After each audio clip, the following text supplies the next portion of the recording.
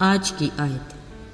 اور وہ عورتیں ناچتی ہوئی آپس میں گاتی جاتی تھیں کہ ساؤل نے ہزاروں کو پر داؤد نے لاکھوں کو مارا۔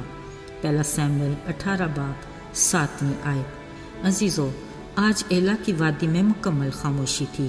چند دن پہلے یہی وادی میدان جنگ بنی خوفناک منظر پیش کر رہی تھی، کیونکہ اسرائیلی فوج اور فلسطینی فوج ایک دوسرے سے صف آرا تھی۔ کئی دنوں سے یہی وادی ایک فلسطینی سورما کی گرجدار آواز سے لرز جاتی، جو مخالف فوج سے کسی کو مقابلے کے لیے بلاتا، پر کسی میں ہمت نہیں تھی۔ مگر الہی پلان کے مطابق خدا کے ایک چھوٹے سپاہی داؤد نے اس دیو کا فلسطینی سورما جاتی جولیت کو موت کے گھاٹ اتارا اور فلسطینیوں کو بری طرح شکست ہوئی۔ جب اسرائیلی فوج اپنے بادشاہ ساؤل کے ہمراہ میدان جنگ سے فتح مندی کے ساتھ لوٹی تو سب شہروں سے عورتیں گاتی اور ناچتی ہوئی دف اور باجوں کے ساتھ خوشی کے نعرے لگاتی ساؤل بادشاہ کے استقبال کو نکلیں۔ وہ ناچتی آپس میں گاتی تھیں کہ ساؤل نے تو ہزاروں کو پر داؤد نے لاکھوں کو مارا۔ ساؤل یہ سن کر خفا ہوا، اسے یہ بات بہت بری لگی کہ انہوں نے داؤد کے لیے لاکھوں مگر میرے لیے فقط ہزاروں ہی ٹھہرائے۔ اب بادشاہی کے سوا اس کو اور کیا ملنا باقی ہے؟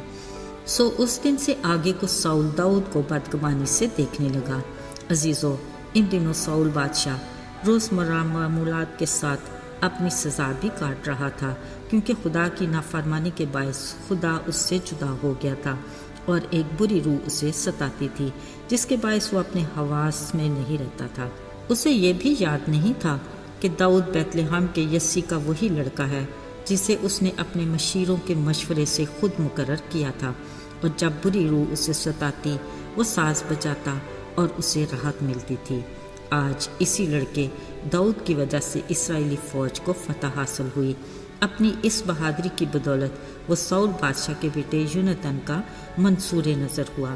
اتنا من کو بھایا کہ اس نے داؤد کو اپنی قبا پوشاک اتار کر دی۔ صرف یہی نہیں بلکہ اپنی تلوار، اپنی کمان اور اپنا کمر بند تک اتار کر دے دیا، یہ ثابت کرنے کے لیے کہ یونتن اپنے نئے دوست داؤد کو اپنی جان کے برابر محبت رکھتا ہے۔ عزیزو، نوجوان داؤد کی تھوڑے ہی وقت یکے بعد دیگرے اتنی عزت افزائی اگرچہ ساؤل بادشاہ کو کھٹکنے لگی، مگر وقت اور حالات کے پیش نظر داؤد کو اس کی بہادری کے صلے میں ساؤل کو بھی اپنے جنگی مردوں پر اسے مقرر کرنا پڑا، جو داؤد کے حق میں یہ بات ساری قوم کو اچھی ہی لگی۔ ان باتوں کے باوجود ساؤل کی داؤد کے بارے میں بدگمانی اپنی جگہ پر قائم رہی۔ عزیزو، پھر ایک دن ایسا ہوا کہ خدا کی طرف سے پوری روح ساؤل پر زور سے نازل ہوئی اور وہ گھر کے اندر نبوت کرنے لگا، اور داؤد روز کی طرح اپنے ہاتھ سے ساز بجا رہا تھا۔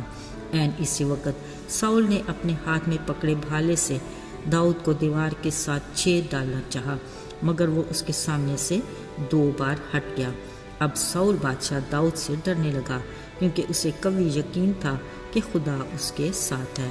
ادھر داؤد کو بھی بخوبی اندازہ تھا کہ ساؤل بادشاہ نہ صرف اسے ناپسند کرتا ہے بلکہ اسے مار ڈالنے کے در پہ ہے، مگر اس کا مکمل یقین اور بھروسہ اپنے خداوند پر تھا کہ وہ اسے اپنی طاقت سے اس سے بچا لے گا اور اپنے وعدے کے مطابق اسے ہر طرح کے خطروں سے محفوظ بھی رکھے گا۔ عزیزو، یاد رہے اپنے لوگوں کے لیے قادر مطلق خدا کے وعدے ہمیشہ اٹل اور لا تبدیل ہیں۔ بلا شبہ جانے انجانے خطرے ہر وقت ہمیں گھیرے رہتے ہیں، پر اگر ہمارا پختہ ایمان اس پر ہے تو وہ ہمیں اپنے پروں کے سائے میں محفوظ رکھتا ہے۔ ایک بار فائر بریگیڈ کی گاڑی شور مچاتی بڑی تیزی سے ہماری گاڑی کے ساتھ سے گزری۔ اس کی رفتار دیکھ کر ہمارے جی دہل گئے۔ بے اختیار منہ سے نکلا، خدا خیر کرے۔ آگے چل کر دیکھا وہی فائر بریگیڈ گاڑی تیز رفتاری کے باعث فٹ پاتھ کو توڑتے خود حادثے کا شکار ہو کر جنگلے سے جا لگی۔ عزیزو، ایسے بہت سے واقعات معمول کا حصہ ہیں۔ یقیناً ہم میں سے بہت سو نے اپنے لوگوں کے لیے اس کی قدرت کے کمال دیکھے ہوں گے۔ ساتھیو، بلا شبہ ہم میں سے ہر ایک کو اپنے آسمانی باپ کی شفقت کی نگاہ اور اس کے محفوظ ہاتھ کی ضرورت ہے۔ اس کے لیے ہم اکثر گھر سے باہر جاتے اپنی سلامتی کی دعا تو کرتے ہیں، مگر سلامتی کے ساتھ گھر واپس آنے پر اس کی شکر گزاری کرنا بھول جاتے ہیں، جبکہ ہمیں اس بات کا بخوبی اندازہ ہونا چاہیے کہ وہ شکر گزاری کو کس قدر پسند کرتا ہے۔ یسوع کے زمینی دور کے ان 10 کوڑیوں کا واقعہ یاد رکھنا چاہیے۔ شفا تو سب نے پائی، مگر شکر گزاری کرنے صرف ایک ہی آیا۔ یسوع نے اس سے پوچھا، کیا 10 پاک صاف نہ ہوئے؟ پھر وہ 9 کہاں ہیں کہ آ کر خدا کی تمجید ہی کرتے؟ عزیزو، آج ہم سے بھی خدا یہی سوال پوچھتا ہے کہ میں نے تیرے لیے اپنا قیمتی خون بہایا، اپنی جان کا کفارہ دیا تاکہ تو ہلاکت سے بچ کر ہمیشہ کی زندگی پائے۔ یہ سب کچھ تو میں نے تجھے دیا، پر تو مجھے کیا دیتا ہے؟ شاید ہمارا جواب یہ ہو کہ آئے خدا، سب کچھ تیرا ہی تو ہے، بھلا میں تجھے کیا دے سکتا ہوں؟ یاد رہے، ہمارے اس جواب میں شفافیت نہیں، وہ صاف الفاظ میں ہمارا اقرار سننا چاہتا ہے۔ عزیزو، وہ چاہتا ہے کہ ہم اس کے بڑے فضل کے لیے اس کے شکر گزار ہوں۔